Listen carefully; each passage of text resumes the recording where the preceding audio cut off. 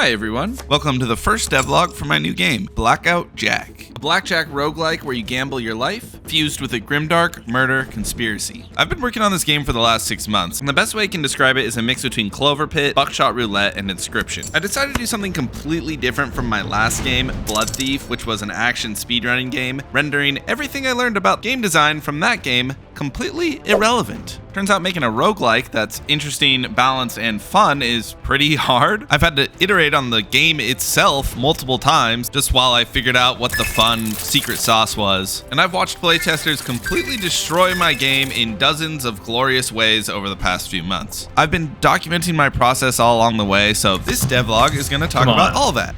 You dickhead. No. All right, so. No way! Also, I just released a Steam page for the game, so if the game interests you, go give it a wishlist. All right, here we go. So right around the time that my first game, Blood Thief, came out in September 2025, another game released, Clover Pit, and playing it became my go-to way to de-stress when I was going through all the craziness of releasing my first game. But playing Clover Pit left me wanting more. I was a huge Inscription fan back in the day, and playing Clover Pit made me yearn for a game in this Balatro-like genre that gave me that narrative juice that Inscription gave me. And in January 2026, I started working on one. I decided to do a blackjack game because in blackjack you play against the dealer, which gives me a perfect antagonist for a narrative-driven game. If you've ever played blackjack at a real-life casino before, you'd notice this power imbalance immediately. Your opponent, the dealer, is the house. They have nothing to lose and you have everything to lose. The dealer holds the cards and you're not even allowed to touch them, and ultimately the odds are subtly tilted in the dealer's favor, and yet with all this imbalance, the casino frames it like you're playing this mono-e-mono face-off type game that feels like equal odds, and yet it's rigged from the start for you to lose. This is just a perfect setup for a creepy, horror-esque game, which is totally my vibe and I couldn't get the idea out of my head. So taking heavy inspiration from Inscription, I really like the idea of the dealer just being this shadowy, faceless figure in the darkness, but less disheveled and overtly horror like the Inscription antagonist, and more professional and subtly uncanny like the butler from The Shining. But I corrected them, sir. I did a first pass at these arms where I gave the dealer this red shirt with white gloves, taking inspiration from Jokers and classic old school butlers. I also just like that we don't see the dealer's actual skin. Like, what could he be hiding under there? I'm still haunted to this day by the end scene of Nightmare Before Christmas when they rip off Oogie Boogie's sack and underneath he's just a bunch of grotesque bugs and maggots and stuff. Dude, children's movies just hit different back then.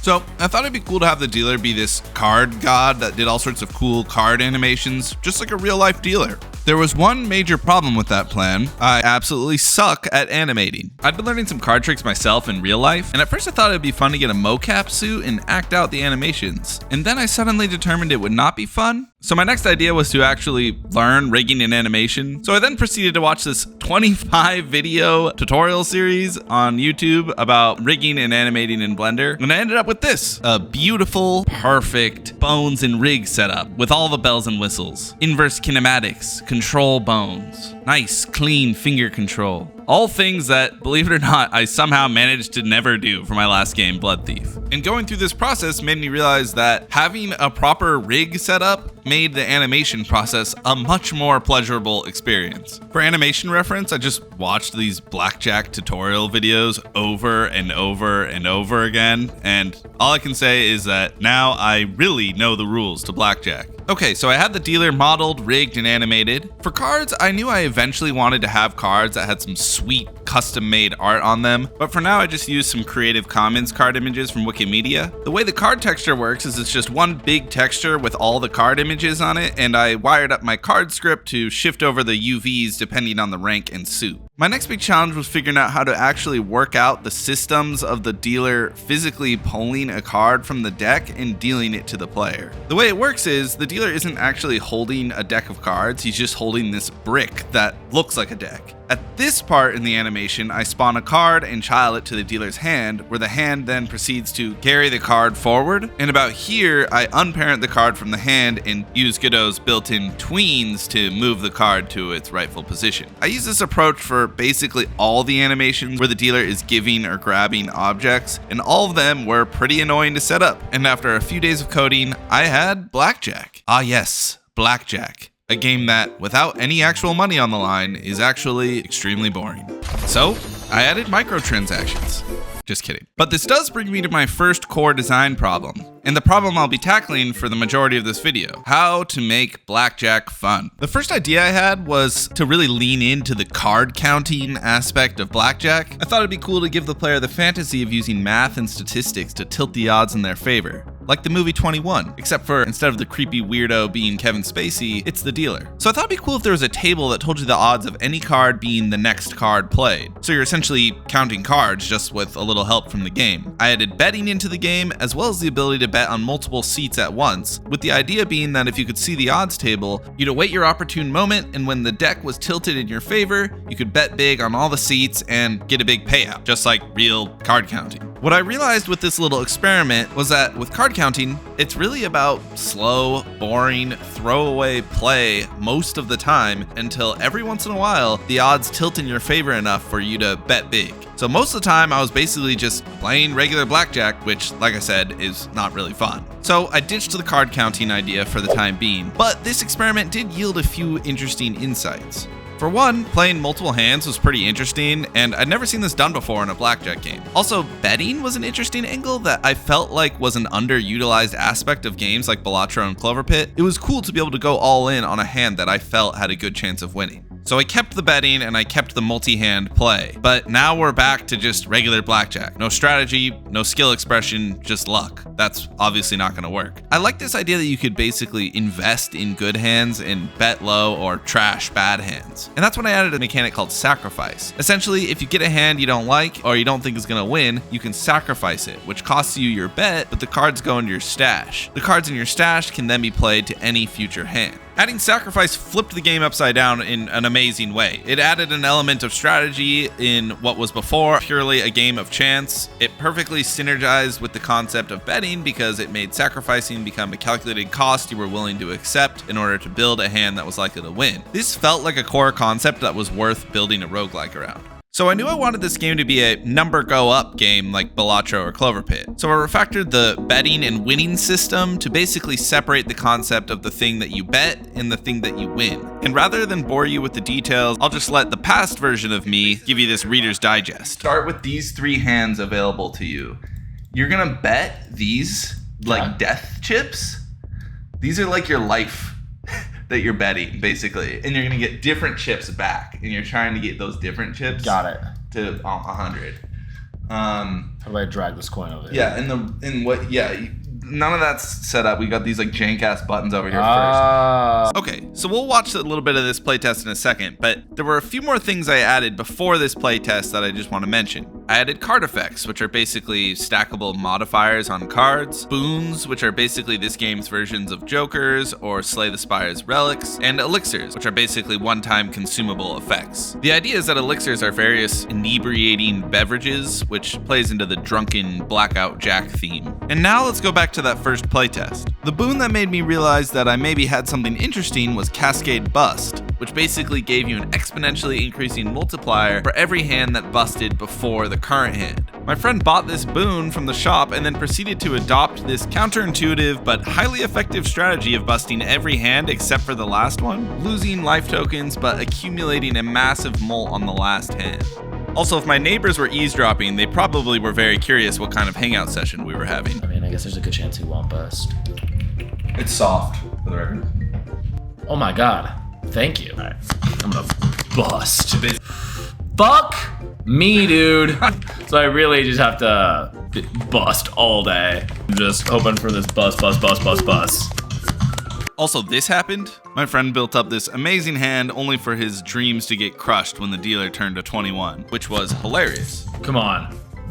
You dickhead. No. Alright. Overall, if my friends are throwing pejorative remarks at me, I see that as a good sign. You know, raw, unfiltered emotion. I did want to make sure that this exact scenario where the dealer can turn a 21 feels fair and preventable and not just cheap and frustrating. This is where elixirs really shined. I made elixirs that could basically sabotage the dealer by lowering their bust threshold to, say, 21, for example, so the dealer busts at 21. I made it so you could play a card to the dealer's hand instead of your own. You can see my friend Ryan using that one effectively here. The hope is real. All this is basically so when this scenario ultimately happens, You dickhead. All right, so you're thinking to yourself, I should have gotten that elixir back at the last milestone. Not a slanderous remark directed at me or whatever. All right, so let's go back to the playtest. I want to show you a clip of my friend Carter playing and actually winning a hand. stay.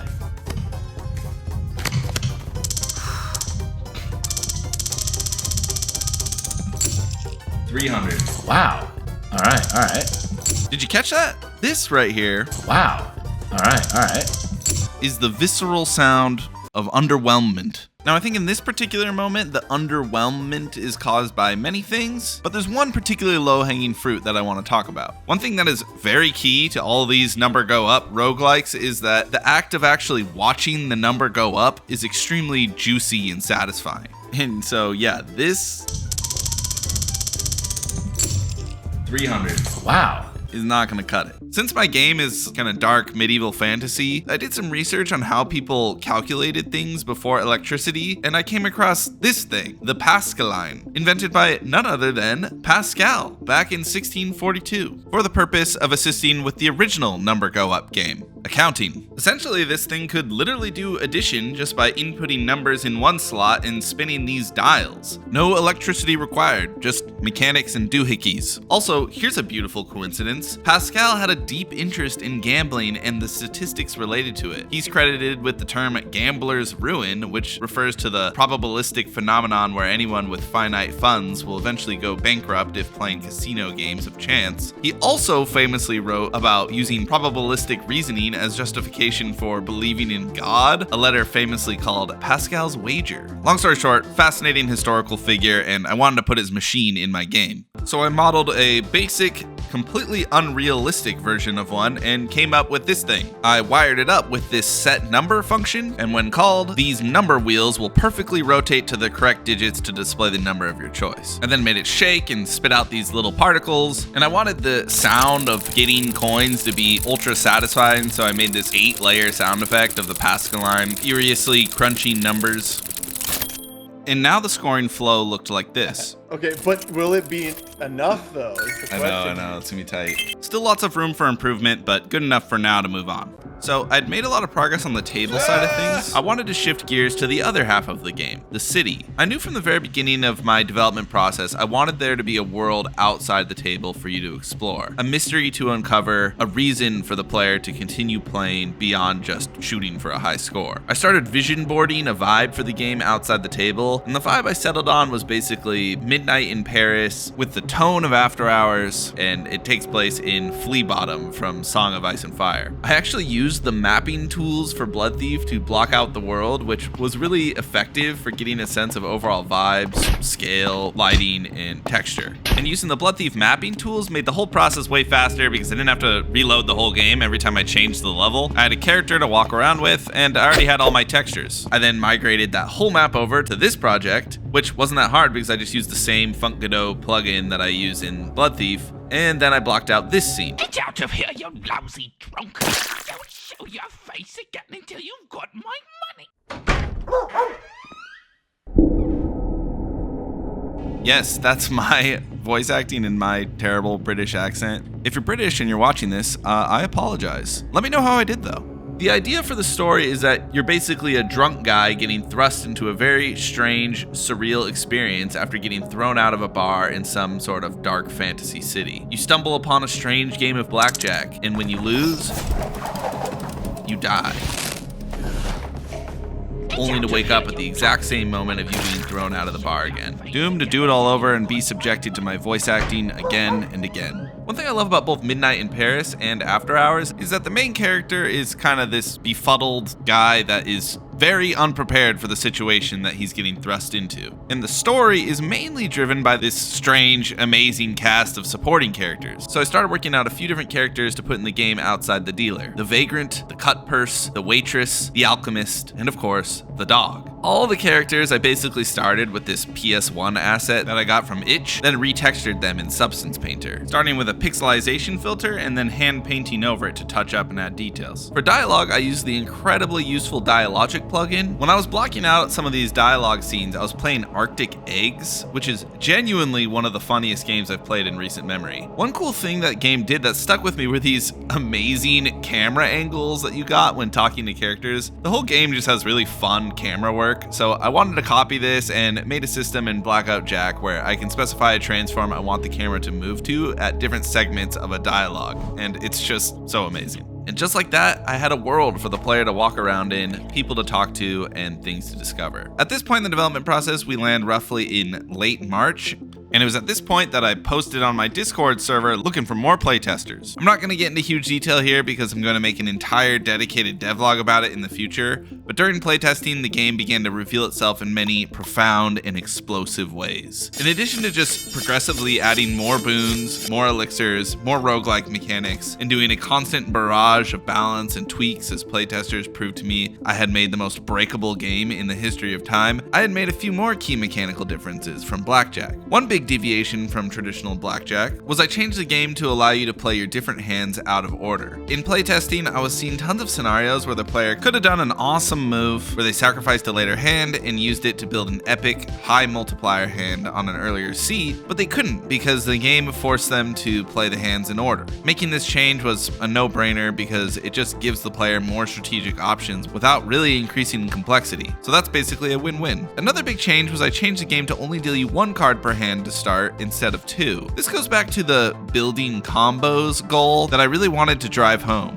I had boons like, for example, Flush Bonus, which gave you a bonus if all your cards were the same suit, but the player was basically completely reliant on the RNG of the initial deal to be able to use it. By only dealing one card at a time, players can build hands from the ground up that suit their current build. Again, just giving the player more strategic opportunities. These two changes completely changed how the game was played. Now sacrifice wasn't just a supplementary mechanic, it was the centerpiece of the whole game. Every round became a cost-benefit analysis of which hands were worth sacrificing in order to build the perfect high-scoring hand elsewhere in the table. I found myself using hands as pawns to dig for cards that I would then sacrifice to build up the perfect hand that suited my strategy, which was really fun. And around this time, besides gameplay, you've also probably noticed that throughout the project I've given the game multiple facelifts. A lot of these changes were more than just aesthetic, but I feel were meaningful UX improvements. If you look at the before and after here, I updated the game to display all the information in the UI to be completely in-world. The fancy term for this is diegetic UI, which made the game just so much more palatable and less information dense, and in turn, more enjoyable and immersive. Now, making the UI completely diegetic was a massive undertaking, and it's something I'm going to dedicate its own devlog to later, so stay tuned for that. Also, I just got to shout out Billy Ogawa, who made the incredible card art for the game. I'll link his website in the description. Unfortunately, his entire website is just a picture of this rat, but better than nothing, I guess. I'll link his Instagram too. And with that basically takes me to where I am now. I had to gloss over a ton of stuff to keep this devlog within a reasonable time frame, so I have a lot to talk about in the next devlog. In the meantime, go wishlist Blackout Jack on Steam. That helps me out a lot. I'll leave the link in the description. And if you want to hang out and chat with myself and others about the project, join the Discord. Link to that in the description as well. All right, bye.